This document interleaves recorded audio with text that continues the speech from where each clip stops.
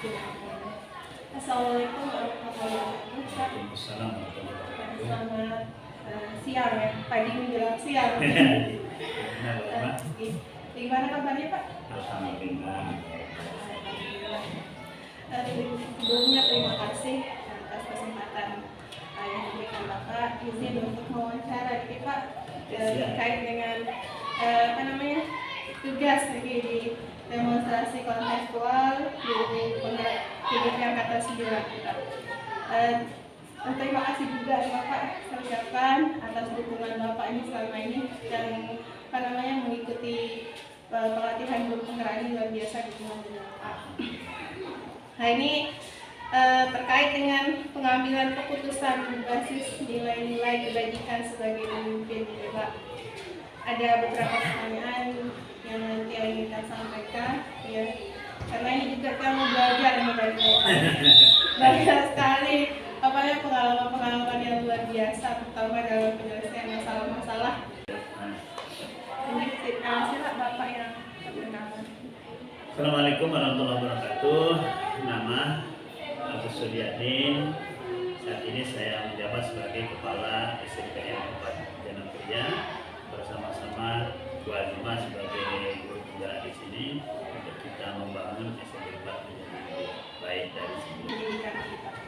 Yang ini kira-kira nih Pak ya, bagaimana Bapak ini mengidentifikasi kasus-kasus yang terjadi di lingkungan sekolah kita maupun mungkin pengalaman Bapak di luar terkait dengan kasus dilema etika dan dudukan moral.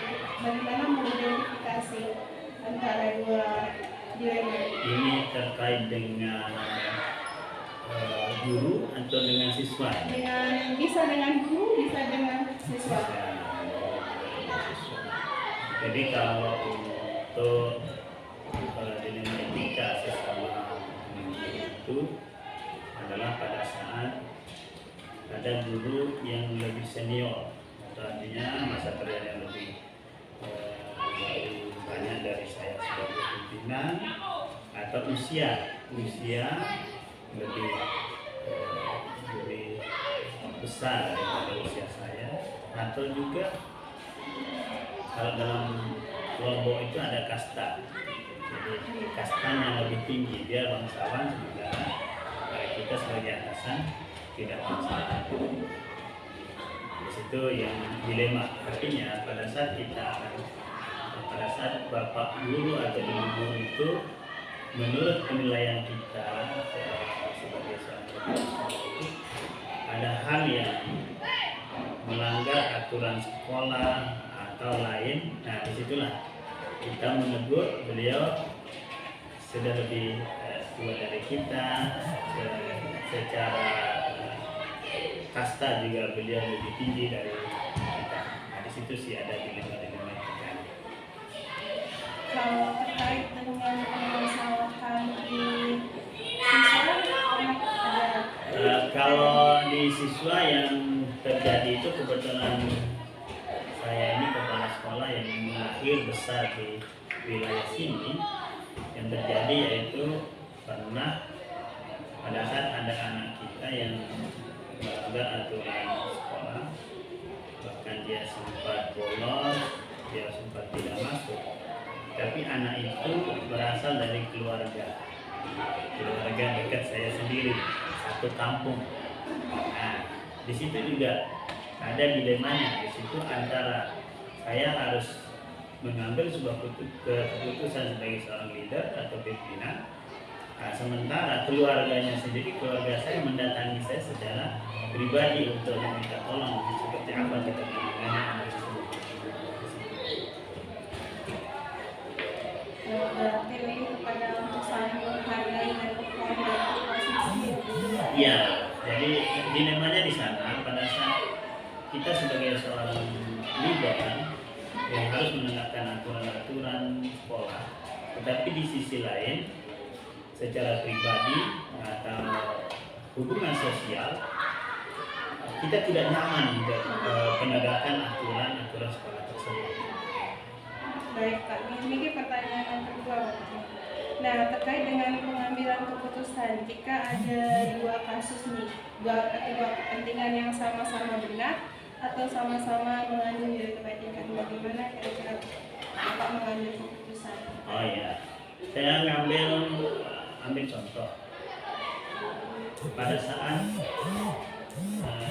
pembina PMR dalam hal ini akan mengadakan kegiatan lomba di tingkat provinsi. Nah, sementara pada saat itu beliau juga sebagai guru olahraga.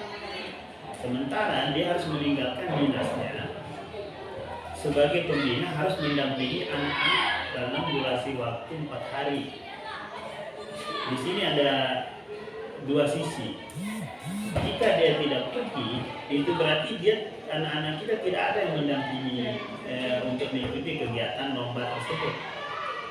Kita akan ingat bagaimana nasib anak-anak yang tidak didampingi. Tetapi jika dia pergi,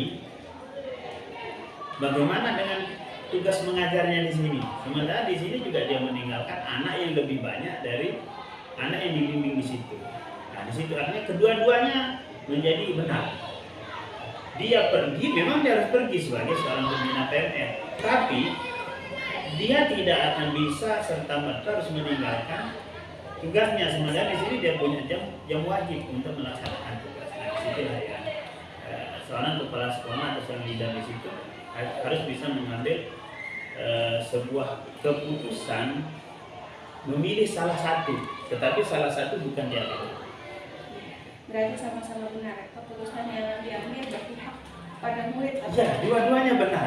Mau tidak berangkat benar karena dia memang harus mengajar di sini, mau pergi juga benar karena dia sebagai pendamping atau pembina. Nah, terkait dengan tadi bagaimana langkah-langkah atau prosedur yang Bapak lakukan selama ini dalam mengambil keputusan? Nah, terkait hal itu, terkait dia pertama secara kedinasan harus ada prosedurnya. Dilihat dari apa? Harus ada undangan resmi dari kegiatan tersebut. Maka undangan resmi itu kemudian akan kita agendakan di tata usaha, kemudian tata usaha akan melanjutkan ke kepala sekolah akan memberikan rekomendasi kepada pembina. Kemudian pembina dan pelatih akan berkoordinasi membentuk tim. Kemudian pada saat saya sudah melihat bertanya, saya akan tanya pelatih dan pembinanya, apakah anak-anak ini sudah siap untuk pergi lomba atau tidak. Kemudian peluangnya di situ untuk bisa berbicara di level itu bagaimana. Karena kalau toh misalkan pergi tapi tidak bisa berbicara, ya di sini aja gitu. Di sini soalnya banyak anak kita yang haknya akan ditinggalkan oleh guru tersebut. Nah, itu langkah pertama, memastikan bahwa kepergiannya itu akan mendapatkan hasil. Begitu sudah berani dipastikan oleh pembina atau pelatih, oh insya Allah kita akan mendapatkan hasil. Nah, maka saya sebagai seorang kepala sekolah akan membuat surat tugas yang memberikan izin kepada guru tersebut untuk meninggalkan sekolah selama kegiatan lomba tersebut. Akibat dari saya mengeluarkan surat tugas menugaskan seorang guru, berarti dia sudah berhak untuk meninggalkan tugasnya. Terkait tugas di sini itu sudah menjadi tanggung jawab kepala sekolah untuk mengkondisikan. Nah, salah satu caranya setelah itu saya berkoordinasi dengan kurikulum. Ini teknisnya bagaimana? Ini satu orang guru olahraga sudah saya kasih surat tugas begini-begini. Nah, secara kebetulan waktu itu guru BK ada yang latih. Nah, kemudian punya basic olahraga, walaupun guru BK tapi dia punya basic olahraga. Akhirnya kita sepakati bahwa untuk sementara guru olahraga itu yang tanda kutip juga sebagai pembina PMR meninggalkan tugasnya di sini, maka dia diganti mengajar oleh guru BK yang kebetulan punya basic olahraga juga. Kenapa kita mengambil guru BK? Satu, guru BK tidak mengajar sehingga dia tidak mengganggu jam belajarnya, jam mengajar di kelas lain. Dan kedua juga secara kebetulan guru tersebut punya bakat di bidang olahraga. Nah, itu solusinya. Jadi jamnya guru olahraga tersebut tercover. Kemudian guru olahraga itu sebagai pendamping pembina PMR bisa mengontrol anak di tempat kegiatan lomba. Jadi kedua-duanya menjadi berjalan secara bersama. Nah ini Bapak ya, selama pengambilan keputusan ini apa saja yang Bapak anggap efektif dalam pengambilan keputusan terkait kasus 5 ketika itu? Yang seperti tadi itu, contohnya bahwa seorang leader itu harus melihat dan mampu memanfaatkan orang-orang yang ada di sekitar sekolahnya. Jadi kalau yang tadi, maka saya tidak akan mengambil keputusan secara individual. Saya akan berkoordinasi dengan orang-orang yang memang ada hubungan dengan itu. Contoh tadi, saya akan koordinasi dengan kurikulum, kemudian berdasarkan masukan kurikulum, dia memberikan masukan bagaimana kalau guru BK kebetulan punya bakat, kemudian kita deal, kemudian guru BK tersebut kita panggil dan berkoordinasi dengan guru olahraga memberikan batasan-batasan mengajar, maka akan terjadi koneksi. Ini kedua program yang terjadi, itulah salah satu contoh yang kita ambil. Berarti intinya kolaborasi, komunikasi. Dengan satu catatan, kita lebih mengutamakan memanfaatkan apa yang ada di internal kita dulu. Jika memang sudah tidak memungkinkan internal kita itu untuk kita manfaatkan karena keterbatasan, maka baru kita melirik ke yang eksternal. Nah ini terkait dengan penyelesaian atau pengambilan keputusan ini, apakah ada jadwal tertentu atau mungkin ketika ada permasalahan langsung mengambil keputusan, atau ada jeda-jeda, ada apa namanya prosedur atau langkah atau jadwal tertentu Bapak mau menyelesaikan permasalahan tersebut? Kalau terkait permasalahan kita kan tidak pernah tahu kapan permasalahan itu muncul. Nah jadi situasional. Tetapi preventifnya ada. Jadi kalau preventifnya itu terjadwal, misalkan setiap rapat dinas kita menghimbau hal-hal yang positif, kemudian setiap upacara Bapak Ibu pembina melakukan himbauan-himbauan yang positif terhadap ketertiban, kedisiplinan, terhadap bagaimana aturan-aturan di sekolah, itu preventifnya. Kalau itu sesuai jadwal preventifnya, jadwal rapat, jadwal upacara, kemudian ada kegiatan imtak pagi dan seterusnya. Tetapi penyelesaian kasus itu tidak bisa kita jadwalkan karena kasus situasional. Tidak bisa kita jadwalkan hari ini akan terjadi kasus ini, hari ini akan terjadi kasus ini kan. Artinya kasus itu kapan muncul, secepat mungkin kita akan selesaikan. Jangan sampai kita tunda karena kita tidak tahu. Kalau ditunda bisa jadi besok ada kasus lain, maka akan menumpuk kasus itu. Nah, jadi kalau sistem kerja saya, hari ini ada kasus, sebisa mungkin hari ini clear kasus tersebut dengan melibatkan ya mana yang ada kaitannya dengan kasus-kasus itu. Berarti situasional Bapak ya? Situasional. Nah ini selama penyelesaian kasus-kasus atau pengambilan keputusan, apakah ada faktor-faktor yang mempermudah Bapak dalam pengambilan keputusan atau mungkin ada pihak-pihak yang membantu?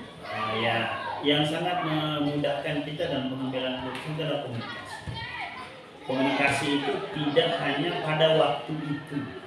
Jadi artinya begitu ada kasus baru kita komunikasi baik dengan orang. Jadi komunikasi itu harus dibangun bukan karena ada kasus. Ada tidak ada kasus itu, komunikasi kita dengan siswa, komunikasi kita dengan guru, dengan masyarakat harus baik. Sehingga begitu ada kasus-kasus tertentu, karena komunikasi kita itu dari awal sudah baik, maka semua kasus itu akan cepat clear. Karena memang komunikasi sudah bagus dari awal. Nah itu komunikasi. Yang kedua adalah melibatkan orang-orang yang memang ada kaitan dengan kasus tersebut. Tidak kita memutuskan kasus berdasarkan keputusan keinginan kita sendiri. Nah, tapi berdasarkan analisa. Jika memang seperti kasus siswa awalnya diawali oleh kasus itu diselesaikan oleh murid, wali kelas. Begitu wali kelas merasakan butuh bantuan guru BK, maka dia akan melibatkan guru BK. Berdasarkan analisis guru BK yang dikoordinasikan dengan saya sebagai leadernya, perlu membutuhkan wali murid, maka guru BK akan membuat panggilan, surat panggilan kepada wali murid yang saya rekomendasi datang dalam. Nah, baru besoknya wali murid akan diajak koordinasi. Jadi semua orang-orang yang terkait dengan kasus tersebut kita akan libatkan. Tapi dengan catatan, sebisa masih menyelesaikan kasus itu internal sifatnya, maka kita fokus di internal saja.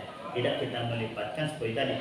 Kalau nggak butuh wali murid, ngapain dipanggil? Cukup. Kalau nggak butuh komite, nggak usah dipanggil komite, cukup internal kita saja. Tapi kalau memang kita butuhkan, nggak ada masalah. Siapapun kita akan libatkan. Yang penting kasus itu tidak mengembang. Dia harus menyusut dan selesai. Berarti intinya itu membangun komunikasi. Iya, itu paling utama. Dan melibatkan orang-orang yang terlibat dalam kasus, tapi melihat kasusnya juga. Iya. Nah, Bapak ini terakhir ini Pak ya, dari apa yang sudah Bapak sampaikan tadi, kira-kira apa pembelajaran yang dapat Bapak petik dalam pengambilan keputusan yang berkaitan dengan dilema etika? Terkait dilema etika itu, yang pertama, maka yang kita utamakan itu adalah aturan mainnya. Aturan mainnya seperti apa. Kemudian yang kedua itu, dalam pengambilan, dalam pelaksanaan aturan main itu, jangan pernah menyinggung nilai-nilai sosial. Nilai sosial. Status sosial orang atau kepribadian seseorang, jangan kita menyinggung. Jadi walaupun niat kita menegakkan aturan, tapi kalau kita sudah sedikit menyerempet nilai-nilai sosial seseorang atau kepribadian seseorang, maka baik tujuan kita untuk menegakkan sebuah aturan main, tapi caranya yang sedang kurang pas, maka bisa jadi akan menambah masalah. Aturan yang ditegakkan itu yang akan menambah masalah. Jadi kuncinya di sini itu adalah komunikasi yang baik antar personil, terutama bagaimana kepala sekolah membangun komunikasi dengan semua teman-teman di sini. Jadi kalau saya itu semua saya anggap teman, mau anak, mau guru, mau TU, anggap teman. Yang bisa kita saling rangkul, kita bisa diskusi, bisa curhat segala macam. Walaupun tetap walau begitu tetap seorang pemimpin itu tidak bisa dia buang dirinya sebagai seorang pemimpin. Dan jadi kepala sekolah itu tetap, walaupun dia mau melebur dirinya dalam satu kesatuan menjadi seorang teman, seorang kawan, tapi tetap tidak bisa. Akan tetap menurut teman, menurut anak-anak, dia adalah seorang pemimpin. Nah, itu menurut saya. Jadi pemimpin itu harus mampu melebur diri menjadi satu kesatuan, sehingga kalau ada masalah, tidak ada masalah yang besar jadinya. Masalah besar itu akan menjadi kecil kalau komunikasi kita sudah baik. Tetapi kalau komunikasi kita tidak baik, masalah kecil akan menjadi besar. Jadi intinya itu adalah bagaimana kita sebagai seorang leader itu membangun komunikasi sebaiknya. Nah, itu yang paling penting, Komunikasi Pak ya. Tadi tentang komunikasi, kalau harus kita membangun komunikasi yang baik. Baik Pak, terima kasih banyak ya atas kesempatan Bapak. Dan sekali lagi saya mengucapkan terima kasih juga. Oke. Terima kasih banyak. Iya. Assalamualaikum warahmatullahi wabarakatuh. Waalaikumsalam warahmatullahi wabarakatuh.